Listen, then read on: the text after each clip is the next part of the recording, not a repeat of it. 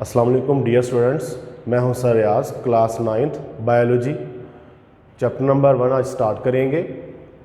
Biology के matric class के दो हिस्से हैं। पहला हिस्सा क्लास 9th में है जो कि 9 चैप्टर्स पर मुश्तमिल है। दूसरा हिस्सा क्लास 10th में है जो कि अगले 9 चैप्टर्स पर मुश्तमिल है। 9 चैप्टर्स में भी डिवाइड किया गया है। 1 था 3 पहला पोर्शन है सेक्शन 1, 4 था 7 दूसरा सेक्शन है और 8 और 9 का अलग पोर्शन है। इन्हीं में से शॉर्ट और लॉन्ग भी इस तरह वो सिलेक्ट करेंगे। हमारा पेपर स्कीम जब आएगी तब देखिए, तब उस वक्त आपको गाइड कर देंगे मज़ीद। इससे पहले हम लेक्चर स्टार्ट करें, हमारे channel AMS science high school को सब्सक्राइब करें, बेल आइकॉन को प्रेस करें, वीडियो को लाइक और शेयर करें। चैप्टर नंबर 1 स्टार्ट करते हैं। चैप्टर नंबर 1 है इंट्रोडक्शन टू बायोलॉजी, बायोलॉजी का तारुफ। इसमें सबसे पहले हम डेफिनेशन की तरफ आते हैं कि व्हाट इज़ बायोलॉजी। पहला ही क्वेश्चन वो ये कर सकता है कि बायोलॉजी क्या है। सेकंड कह सकता है how many divisions of biology. First है scientific study of life is called biology. Scientific study of life means biology is the combination of 2 Greek words. जो ग्रीक लिखा हुआ है ये आपके MCQs में क्वेश्चन पूछ सकता है कि बायोलॉजी किस लैंग्वेज से ड्राइव किया गया है, तो वो ग्रीक है। Biology is the combination of 2 Greek words, bios and logos. Bios means life and logos means study. इसका मतलब ये है कि बायोलॉजी 2 यूनानी अल्फाज से मिलकर बनाया गया है, बायोस और लोगस, यानी कि ज़िंदगी का साइंसी मुतालिया करना बायोलॉजी कहलाता, ज़िंदगी किसी भी पहलू का। नेक्स्ट आगे है divisions of biology. In ancient times जब साइंस डेवलप नहीं हुई थी तो उस वक्त के लिहाज से सिर्फ 3 डिवीज़न में डिवाइड किया गया था। फर्स्टली 2 थी। पहले उन्होंने कहा कि इस यूनिवर्स में, इस कायनात में सिर्फ 2 किस्म के ही जानदार पाए जाते हैं, जूलॉजी और बॉटनी। जूलॉजी, जू mean animal, logy mean study, कि जानवरों को स्टडी करना जूलॉजी है। सेकंड था प्लांट्स के बारे में, botany. Botany mean plants, study of plant is known as botany. फिर साइंटिस्ट ने मज़ीद जब तरक्की हुई बायोलॉजी में, माइक्रोस्कोप्स बन गई, तो कुछ जानदार ऐसे देखे इस कायनात में जो प्लांट्स और एनिमल्स दोनों के लिए बेनिफिशियल भी थे और हार्मफुल भी थे। उन्हें नाम दिया गया माइक्रोब्स। और बायोलॉजी की वो डिवीज़न जिसमें माइक्रोब्स को स्टडी करेंगे माइक्रोबायोलॉजी। 3 डिवीजन्स मेन बनाई गई। तीनों डिवीजन्स के बाद साइंसदानों ने अपनी आसानी के लिए इसको डिवाइड किया ब्रांचेस में। सम ब्रांचेस यहाँ पर डिस्कस की गई हैं, इसके अलावा अदर और ब्रांचेस भी हैं जो कि आपके सिलेबस में फ़िलहाल नहीं है, जो हैं हम सिर्फ उस तक ही महदूद रहेंगे। Branches of biology. First one है मॉर्फोलॉजी।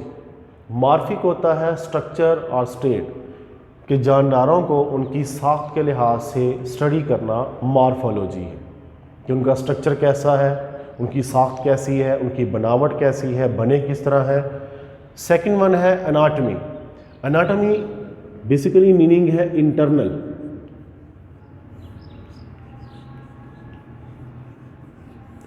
इंटरनल स्ट्रक्चर को स्टडी करना एनाटमी है। जैसे कि अगर लेट्स सपोज करें, अगर हम किडनी को स्टडी करना चाहते हैं तो उसके लिए मॉर्फोलॉजी का सहारा नहीं लेना पड़ेगा, हमें एनाटमी की तरफ जाना पड़ेगा। इंटरनल स्ट्रक्चर है, इंटरनल के लिए एनाटमी का सहारा लेना पड़ेगा। बेसिकली एनाटमी का मतलब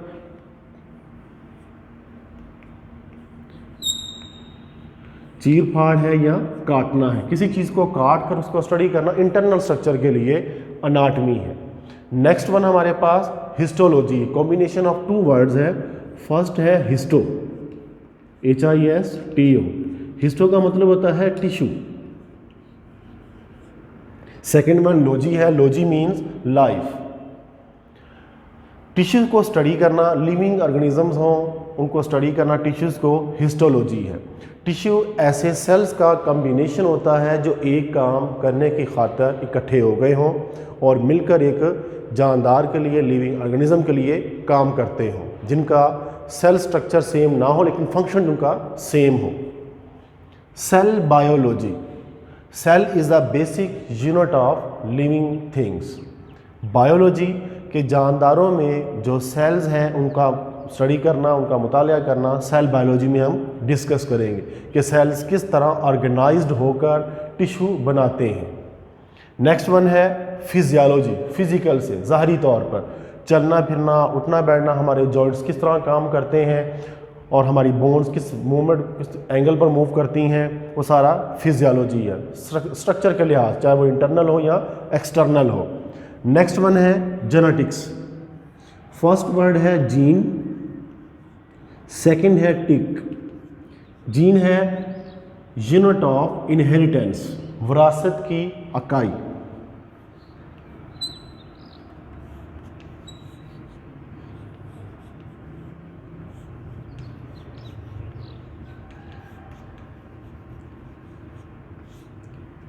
विरासती यूनिट्स हैं जो कि पेरेंटल सेल से ऑफस्प्रिंग आने वाली नस्ल तक खसूसियात को ट्रांसफ़र करने के रिस्पॉन्सिबल है।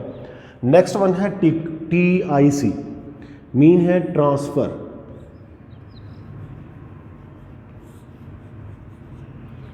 यानी कि जेनेटिक करैक्टर्स को नस्ल दर नस्ल, जनरेशन टू जनरेशन ट्रांसफ़र करना जेनेटिक्स में स्टडी करेंगे हम कि किस तरह करैक्टर्स वालदैन से मुंतकिल होते हैं। एक ही वालदैन के 2-4 बेटे या बेटियां हैं, किसी के बाल करली हैं, किसी के स्ट्रेट हैं, किसी का ईयर लोब अटैच है, किसी का डी अटैच है, नोज साइज, लिप को रोल करना या उसको टंग को रोल करना या ना करना, ये सारे वो करैक्टर हैं जिनको हम डिस्कस करेंगे जेनेटिक्स में कि जो हमें वालदैन से करैक्टर मिले हैं।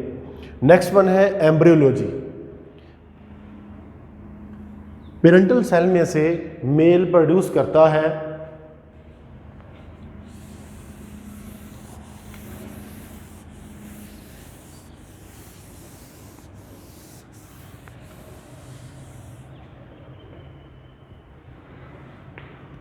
स्पर्म सेल प्रोड्यूस करता है मेल और egg cell female.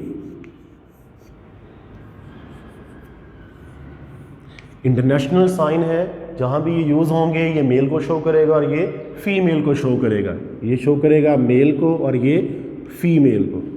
Sperm cell और एग सेल दोनों जब फ्यूज़ हो जाते हैं, फ्यूज़ होने के बाद एक एम्ब्रियो बनता है। एम्ब्रियो डेवलपमेंट की डिफरेंट स्टेजेस को पार करता है और एक न्यू इंडिविजुअल में चेंज हो जाता है।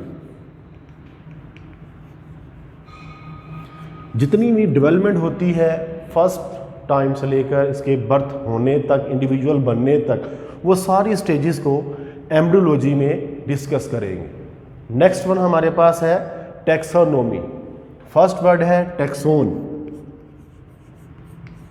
Taxon mean grouping. Next one है नोमी, NOMY।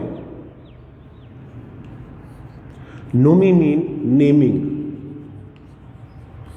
कायनात में जितने भी जानदार हैं उन तमाम जानदारों को खाने पीने, उनके रहन सहन, बॉडी स्ट्रक्चर के लिहाज से ग्रुप्स और सब ग्रुप्स में डिवाइड करना टैक्सोनॉमी में डिस्कस करेंगे। नेक्स्ट वन है पैलियोंटोलॉजी।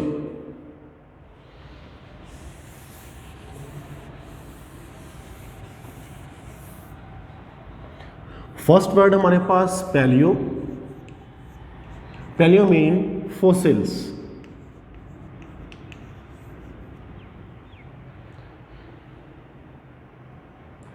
Fossils mean remaining extent of species. उसमें एनिमल्स भी हैं और प्लांट्स भी हैं कि तमाम जानदारों के, चाहे वो प्लांट्स हैं या एनिमल्स हैं, जो उनकी रिमेनिंग एक्सटेंट बच चुके हुए हैं, उनकी बाकियात को जो स्टडी करेंगे वो पैलियोंटोलॉजी में। अब बाकियात हमारे पास 2 किस्म के होंगे फॉसिल्स, एनिमल्स के और प्लांट्स के। जो एनिमल्स के होंगे वो इसी वर्ड के साथ अटैच कर देंगे जू को और इसके साथ बॉटनी को, क्योंकि फर्स्ट में ही बात कर ली गई थी कि जहाँ पर जू आएगा वो एनिमल्स को शो करेगा, बॉटनी होगा तो प्लांट्स को। अब बने किस तरह वर्ड, पैलियोजूलॉजी। पैलियो मीन फोसिल्स, जू मीन एनिमल्स, लोजी मीन स्टडी करना। हम जब एनिमल्स के फोसिल्स को स्टडी करेंगे पैलियोजूलॉजी, अगर हम प्लांट्स के फॉसिल्स को डिस्कस करेंगे पैलियोबॉटनी। कि पैलियोलॉजी को दो मेजर डिवीजन में आगे तकसीम कर दिया गया है। पहला हमारे पास पैलियोजोलॉजी है, सेकंड हमारे पास पैलियोबॉटनी है। इन दोनों को डिस्कस करेंगे पैलियोलॉजी में ही। नेक्स्ट हमारे पास है इन्वायरमेंटल बायोलॉजी। नाम से ही जाहिर है कि ये जानदार, चाहे वो प्लांट्स हैं या एनिमल, जब जानदारों की बात करेंगे उसमें दोनों ही शामिल हैं, प्लांट्स और एनिमल्स।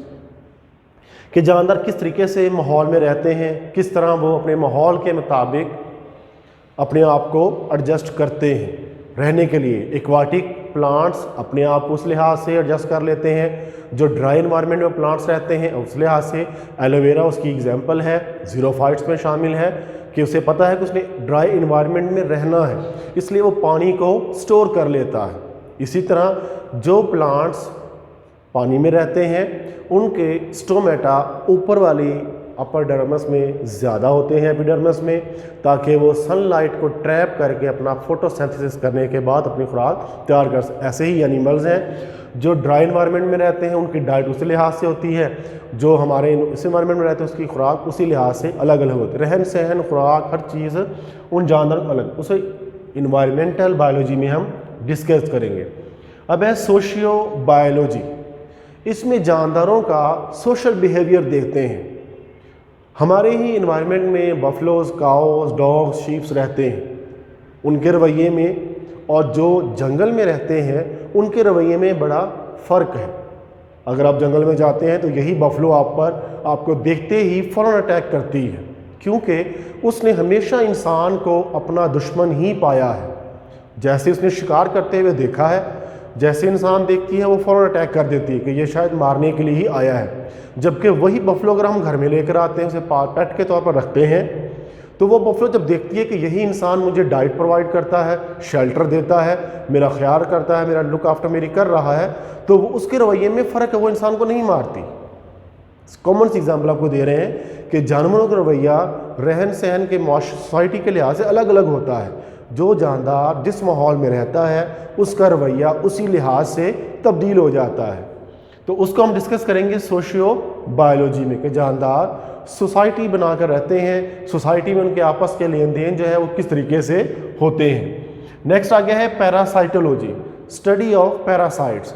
पैरासाइट्स को स्टडी करना पैरासाइटोलॉजी है। पैरासाइट से मुराद वो लिविंग ऑर्गेनिजम्स हैं जो अपने शेल्टर और फूड के लिए लिविंग ऑर्गेनिज्म पर फुली डिपेंडेंट होते हैं। सम केसेस में फुली डिपेंडेंट नहीं भी हैं, लेकिन पैरासाइट से मुराद वो जानदार हैं जो दूसरे जानदारों पर अपनी खुराक और रहन सहन के लिए इन्हिसार करते हैं। नेक्स्ट आ गया है बायोटेक्नोलॉजी। इन मॉडर्न एरा, जदीद दौर में बायोलॉजी के नॉलेज को इसके इस्तेमाल करके इंसानियत के लिए जितने भी वेलफेयर के काम किए गए हैं वो सारा बायोटेक्नोलॉजी है। मसलन इंसुलिन तैयार की गई, इंसुलिन शुगर के पेशेंट इस्तेमाल करते हैं। एंटीवायरल प्रोटीन इंटरफेरॉन तैयार की गई है जो कि वायरस के ख़िलाफ़ काफ़ी हद तक कारगर साबित हुई है। नेक्स्ट है इम्यूनोलॉजी। फर्स्ट वर्ड है इम्यून। इंसान का इम्यून सिस्टम उसके वाइट ब्लड सेल्स बनाते हैं। इवन कि आप नवाला भी खाते हैं या बाहर इस इन्वायरमेंट में फिरते हैं तो सैकड़ों जर्म्स आप इनहेल करते हैं, खाने के साथ इनगल्फ करते हैं। वो तमाम जर्म्स बॉडी में जैसे ही जाते हैं तो हमारा इम्यून सिस्टम उनको डिफेंड करता है। लड़ते हुए जब वो उनकी डेथ हो जाती है, मर जाते हैं, तो उनको बॉडी से बाहर निकाला जाता है, जिसकी सूरत में पस वगैरह बन जाती है या स्पूटम बन जाती है। इस तरीके से वो जिस्म से बाहर निकाल दिए जाते हैं। तो इम्यूनोलॉजी में हमारा इम्यून सिस्टम होगा जो बॉडी को डिफेंड करेगा। नेक्स्ट आगे है एंटोमोलॉजी, हशरात का मुतालिया करना। अब हशरात में कई किस्म के जानदार शामिल हैं, उन तमाम को डिस्कस किया जाएगा एंटोमोलॉजी में। लास्ट वन हमारे पास फार्माकोलॉजी है। फार्माकोलॉजी में हम डिस्कस करेंगे मेडिसिन को, मेडिसिन कहाँ तैयार की जाती है, उसके साइड इफ़ेक्ट्स क्या होंगे, उसके बेनिफिशियल एस्पेक्ट्स कौन से हैं, उन तमाम को हम डिस्कस करेंगे कि कौन सी मेडिसिन कितनी डोज में देनी चाहिए, नहीं देनी चाहिए। वो तमाम का तमाम नॉलेज हमें मिलेगा फार्माकोलॉजी से। यहाँ जस्ट आपके लिए इतना ही काफ़ी है कि अद्वियात की साख्त, तैयारी, जानदारों पर उनके असरात, इलाज और मुआलजे में उनका इस्तेमाल जो भी करेंगे हम फार्माकोलॉजी में डिस्कस करेंगे। तो डियर स्टूडेंट्स, आज का हमारा लेक्चर ख़त्म हुआ। बायोलॉजी क्या है, बायोलॉजी की बड़ी डिवीजन्स कितनी हैं और मेन ब्रांचेस ऑफ बायोलॉजी हमने डिस्कस की। इंशाल्लाह अगले लेक्चर के साथ हाजिर होंगे कि बायोलॉजी का दूसरे साइंसी अलूम के साथ क्या ताल्लुक़ है। अल्लाह हाफिज़।